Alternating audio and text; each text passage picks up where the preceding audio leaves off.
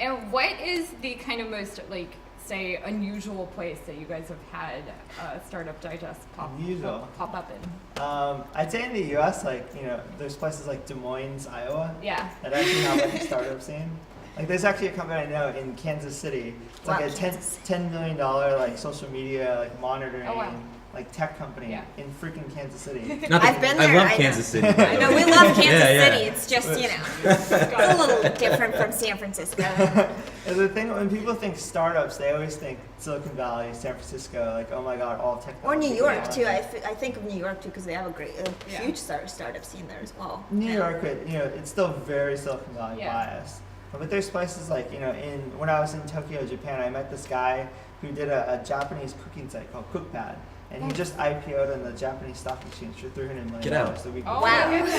Which is like crazy. It's crazy. You would never no one would ever hear of that. Like no one knows who he is. But he created like a great company in Tokyo, IPO'd.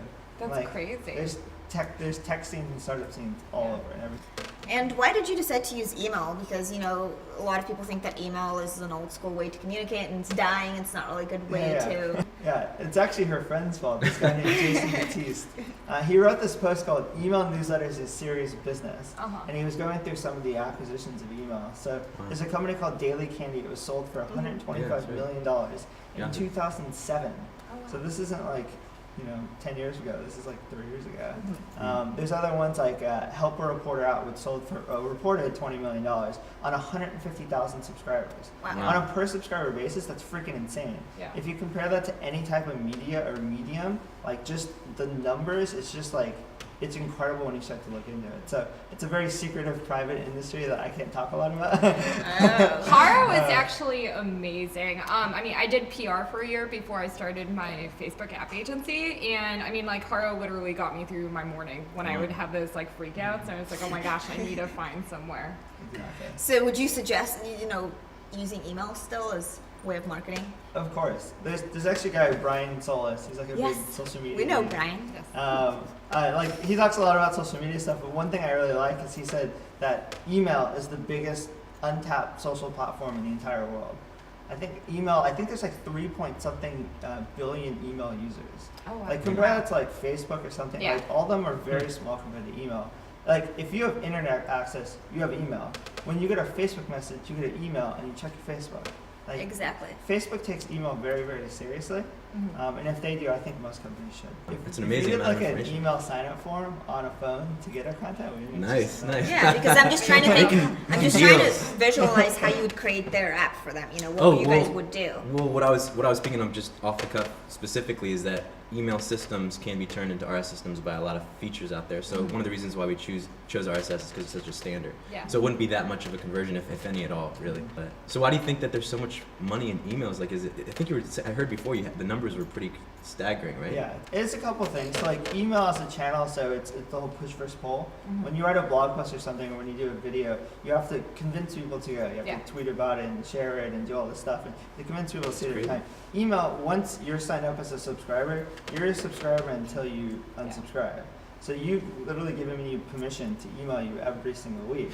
So that's why our 5,000 subscribers, while it's not like TechCrunch's 10 million, when we feature something, they get the same effect as a TechCrunch bump, but at 1/10 of the level, just because we've kind of captured that audience. So that's one reason. There's a whole bunch of them, but email as a platform has not been it's just a huge goldmine because no one's ever looked at it any different. And why do you think they haven't?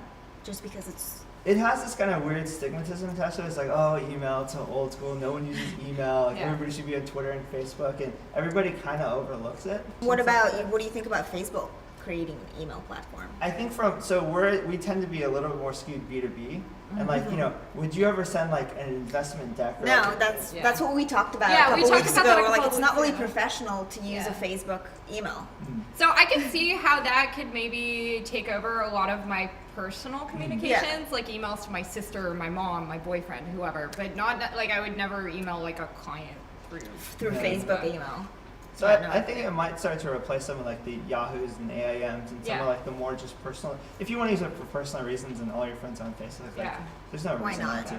But you wouldn't use it for business reasons. Yeah, exactly. No, I agree. Totally. And what are some other email lists that you like? email lists I like. Yeah. This is one called Geek Chic Daily.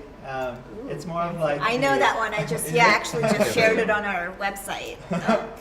It's more for like the comic geek, so to speak, the action geek sort of stuff. There's like some of the bigger ones, so there's like Thrillist. It's kind of like the Daily Candy but for guys. It tells you about like cool restaurants and openings and that sort of stuff. I actually do read Help a Reporter Out. I still get that one. It's great. It's great when you go out and get pressed and get your story out. What about you? Do you have some favorite newsletters that you read? No, I guess Daily Candy is one that I remember for a while. There was another one that I just moved here from DC that I read, and they were really good. So I used to be into Daily Candy, but now I just feel like they're trying to sell you a lot of stuff, so I'm not really that into it. I don't open it as often as I used to. it's when you get bought. Yeah, it really exactly. does ruin Just the cup. because Why does that they're always always happen? promoting a product of some sort, so it's not really as exciting. It's not as cool as it used to be. So that's the one I was reading, and we read all the tech ones, like TechCrunch and Mashable and yours, and and also Cass Phillips has a really good one about the events she sends out. A newsletter send out. Yeah, and she also that too. talks about events, but she just sticks to San Francisco City. So. Do you have a website counterpart to the newsletter? Or? Yeah, so we have StartupDigest. You can go to it. It's mainly a big subscribe button. Are you guys looking for people to join the team? We'll probably need an ad salesperson sometime soon. Okay. Maybe some like interns You and heard stuff it like here that. first. Yes, you heard it here first. Well, we're gonna wrap it up, but before we wrap it up, we wanted to ask you guys, what do you think was the most, since the year is coming to an end, what do you guys think was the most innovative thing of 2010? 2010 was definitely a banner year. In 2009, I mean, you got to really think back before, like 2009, 2008. Touch screen, anything, tablet, anything, read something on a tablet, anything was kind of absurd. It was very new. Everyone remembered the Newton and thought it was never going to happen. And all of them since the Newton have always failed. There's never been anything really great. But I mean, the Kindle is literally used by college students when they come to college. It's really the main textbook. I see people working on the iPad on the train all the time. So probably the most disruptive game changer has got to be tablets, iPads, any touchscreen media device. It's just changed the world completely. Yeah, I would agree with you there. What about you? Yeah, very true. I mean, some specific ones. Like I use one TripIt. It like saves my freaking life. I love that app. So I don't know what it was made, but whenever it was made, I love that. Yes. The year is noticed. Another one, like more consumer one, like Instagram. I actually really like it for sharing pictures and stuff like that. Because I used to take a lot of pictures, but like it kind of sucks. Like go on Twitter and post it and do this. They're on Mashable, top 3 most innovative companies of this year. Yeah. So Oh my god, and what about PadPrest? PadPrest is amazing. Do you know about PadPrest? No. Oh my goodness. So it lets you turn your WordPress blog into an iPad app. Oh, nice. And it's beautiful and amazing, Yeah. and everybody should check out PadPrest. Is it like a Flipboard kind of thing?